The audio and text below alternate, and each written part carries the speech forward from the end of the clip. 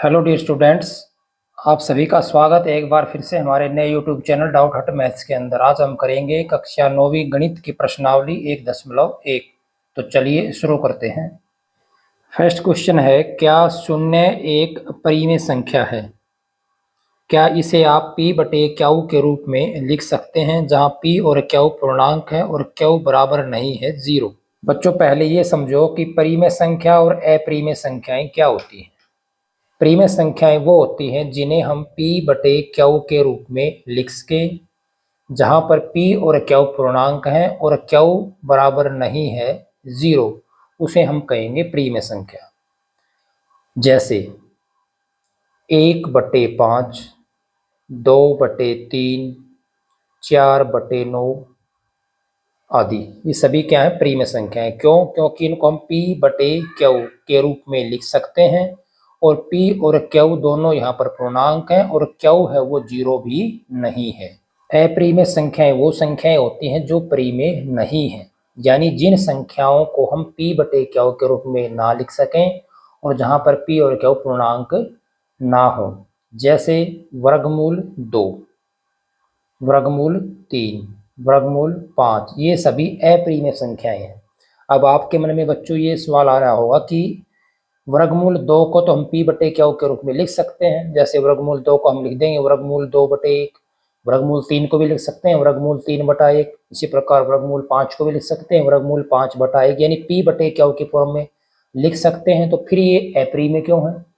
तो बच्चों, परिमेय होने के लिए खाली p बटे क्यू रूप होना ही जरूरी नहीं है, उसके अलावा p और q दोनों पूर्णांक होने चाहिए और q का मान 0 के बराबर नहीं होना चाहिए। तो वर्गमूल 2 एक अपरिमेय संख्या है, क्योंकि वर्गमूल 2/1 p बटे क्यू के रूप में तो है, लेकिन यहाँ पर p और q दोनों पूर्णांक नहीं है। मतलब वर्गमूल 2 यहाँ पर जो p है वो एक पूर्णांक नहीं है, q एक तो पूर्णांक है लेकिन वर्गमूल 2 पूर्णांक नहीं है। इसी प्रकार वर्गमूल 3/1 p बटे क्यू की फॉर्म में तो है, लेकिन वर्गमूल 3 एक पूर्णांक नहीं है। तो ये यहाँ पर मेन चीज समझने वाली है कि वर्गमूल 2, वर्गमूल 3, वर्गमूल 5 ये अपरिमेय संख्या है। क्यों? क्योंकि यहाँ पर p और जो q है वो दोनों पूर्णांक नहीं है। परिमेय होने के लिए p बटे क्यू फॉर्म के साथ p और q दोनों पूर्णांक होना भी जरूरी है। तो उम्मीद करता हूँ आपको परिमेय और अपरिमेय के बीच में जो अंतर है वो मालूम चल गया होगा। अब हम फर्स्ट क्वेश्चन पर आते हैं। फर्स्ट क्वेश्चन हमारा क्या है, क्या शून्य एक परिमेय संख्या है? तो हम लिखेंगे हाँ, शून्य एक परिमेय संख्या है।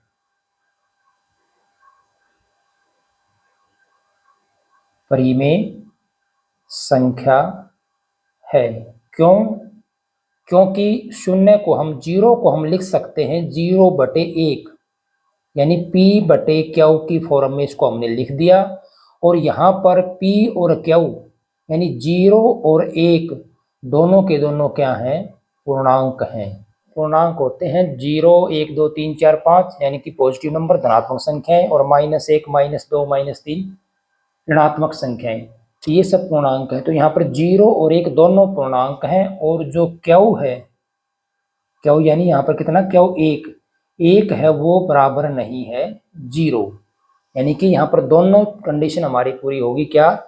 कि 0 है उसको हम 0/1 p बटे क्यू की फॉर्म में लिख सकते हैं, और p और q यहाँ पर 0 और 1 दोनों ही पूर्णांक हैं, और q है जो नीचे 1 है वो 0 के बराबर भी नहीं है। तो इसलिए 0 एक परिमेय संख्या होगी। नेक्स्ट क्वेश्चन करते हैं। 3 और 4 के बीच में 6 परिमेय संख्याएं ज्ञात कीजिए। इसके बीच में हमें 6 परिमेय संख्या लिखनी है। तो देखिए यहाँ पर क्या करेंगे, हम 6 परिमेय संख्याएं आपको लिखनी है, तो आप इसको 6 से ज्यादा बड़ी संख्या से दोनों को ऊपर और नीचे गुणा कर दीजिए। हम 3 को गुणा कर देते हैं 8 से, ऊपर भी और नीचे भी, यानी 3 को हम 3/1 लिख सकते हैं। तो ऊपर भी 8 से गुणा और नीचे भी 8 से गुणा। तो ये हमारे पास आ जाएगा 24/8। इसके बाद हम 4 को गुणा कर देंगे 8 से, ऊपर भी और नीचे भी। तो ये हमारे पास आ जाएगा 32/8। 24/8 और 32/8, यानी 3 को हम लिख सकते हैं 24/8 और 4 को लिख सकते हैं 32/8। 24/8 के बाद अगली संख्या हो जाएगी 25/8, 26/8, 27/8, 28/8, 29/8, 30/8। तो इस तरह से हम इनके बीच में 6 प्रीमेय संख्या लिख सकते हैं। तो यहाँ पर हमें 6 प्रीमेय संख्या बतानी थी, तो हमने दोनों संख्याओं को ऊपर नीचे 8 से गुणा कर दिया, इसको भी ऊपर नीचे 8 से गुणा कर दिया। संख्या देखो वही है, 8 या 24, 3 ही है, 8 चौके 32, ये भी 4 के बराबर है, यानी संख्या है वही 3 और 4, इनका हमने रूप बदल दिया। तो इसके बीच में अब आराम से हम संख्याओं को लिख सकते हैं। तो इस प्रकार इसके बीच में ये 6 प्रीमेय संख्याएं हो जाएंगी। 3/5 और 4/5 के बीच 5 प्रीमेय संख्याएं, 5 प्रीमेय संख्याएं बतानी है, तो इसको हम 6 से, 7 से, 8 से प्रत्येक संख्या को ऊपर नीचे क्या कर देंगे, गुणा। तो यहाँ पर हम लिखेंगे 3/5 को हम लिख सकते हैं, 5 प्रीमेय संख्या बतानी है तो आप 6 से या 7 से, 8 से किसी से गुणा कर सकते हो। मैं इसको 7 से गुणा कर देता हूँ ऊपर नीचे, ये हो जाएगा 21/35। इसी प्रकार 4/5 को भी गुणा करेंगे, ऊपर भी 7 से और नीचे भी 7 से, ये हो जाएगा 28/35।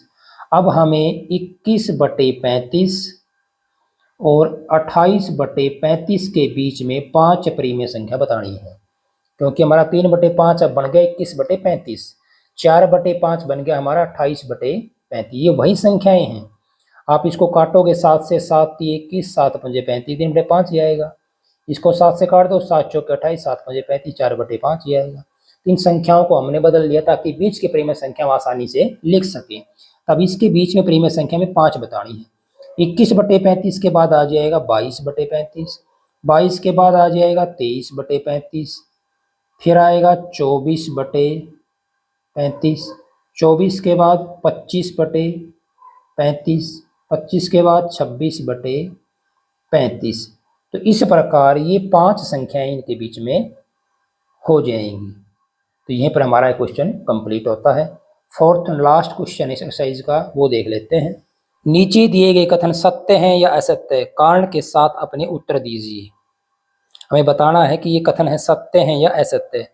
सत्य हैं तो क्यों है, असत्य हैं तो क्यों है। तो फर्स्ट पार्ट है इसका, प्रत्येक प्राकृत संख्या एक पूर्ण संख्या होती है। प्रत्येक प्राकृत संख्या एक पूर्ण संख्या होती है। तो पहले देखो ये समझो कि प्राकृत संख्याएं कौन सी है। प्राकृत संख्याएं होंगी नेचुरल नंबर, 1 से शुरू, 1 2 3 4 5 अनगिनत। पूर्ण संख्याएं होती हैं वो शुरू होती हैं 1 से नहीं 0 से, यानी प्राकृत के अंदर 0 ऐड हो जाएगा, बस इतना फर्क है। तो अब इसका फर्स्ट पार्ट देखो कि प्रत्येक प्राकृत संख्या एक पूर्ण संख्या है। तो क्या प्रत्येक प्राकृत संख्या एक पूर्ण संख्या है? बिल्कुल है। एक प्राकृत है पूर्ण भी है, 2 प्राकृत है पूर्ण भी है, 3 प्राकृत है पूर्ण संख्या है, 4 प्राकृत है पूर्ण संख्या है। तो हम कह सकते हैं कि प्रत्येक प्राकृत संख्या एक पूर्ण संख्या है। तो पहले का जो आंसर है वो हो जाएगा सत्य। ठीक है। इसके बाद सेकंड पार्ट है प्रत्येक पूर्णांक एक पूर्ण संख्या होती है। पूर्णांक समझो पहले क्या होता है। पूर्णांक वे हैं जो नेगेटिव भी, जीरो भी और पॉजिटिव, यानी ऋणात्मक संख्याएं जैसे -4, -3, -2, -1, 0, फिर 1 2 3 4, इस तरह से अनगिनत इधर भी चलती रहेंगी। ये सब क्या पूर्णांक हैं। और पूर्ण संख्या आपको पता ही है, पूर्ण संख्या ऊपर हमने करी है 0 1 2 3 4 ये हैं। तो हमारा प्रश्न क्या है, प्रत्येक पूर्णांक एक पूर्ण संख्या होती है। प्रत्येक पूर्णांक, तो क्या -1 एक पूर्ण संख्या है? बिल्कुल नहीं है। क्या -2 एक पूर्ण संख्या है? बिल्कुल नहीं है। तो प्रत्येक पूर्णांक एक पूर्ण संख्या नहीं होती। तो इसका उत्तर आएगा असत्य। थर्ड पार्ट है प्रत्येक प्रीमेय संख्या एक पूर्ण संख्या होती है। प्रीमेय संख्या हम ऊपर कर चुके हैं, मैं दोबारा से बता देता हूं। प्रीमेय संख्या जैसे 1/2, 2/3, यानी P/Q के रूप की जहाँ पर p और q पूर्णांक है और q का मान बराबर नहीं है 0, वो प्रीम संख्या होती है। तो प्रत्येक प्रीम संख्या एक पूर्ण संख्या है 0, 1, 2, 3, 4। तो क्या 1/2 एक प्रीम संख्या है? ये क्या पूर्ण संख्या है? बिल्कुल नहीं है। 2/3 भी एक प्रीम संख्या है, क्या ये पूर्ण है? बिल्कुल नहीं है। तो प्रत्येक प्रीम संख्या एक पूर्ण संख्या नहीं होती, तो ये आएगा असत्य। तो हमने यहाँ बता दिया उदाहरण देकर के कि ये प्रीम संख्या लेकिन ये पूर्ण नहीं है। तो हम कह सकते हैं कि प्रत्येक प्रीम संख्या एक पूर्ण संख्या नहीं होती। तो बच्चों यहाँ पर हमारी एक्सरसाइज है वो कंप्लीट होती है। उम्मीद करता हूँ आपको सभी क्वेश्चन समझ में आ गए होंगे। फिर भी अगर आपको डाउट है तो आप मुझे कमेंट जरूर करें। और हाँ, चैनल पर नए हैं तो चैनल को सब्सक्राइब करना बिल्कुल भी ना भूलें और बेल आइकन को प्रेस कर दें ताकि आप हमारी हर नोटिफिकेशन आपको समय पर मिलती रहे। धन्यवाद।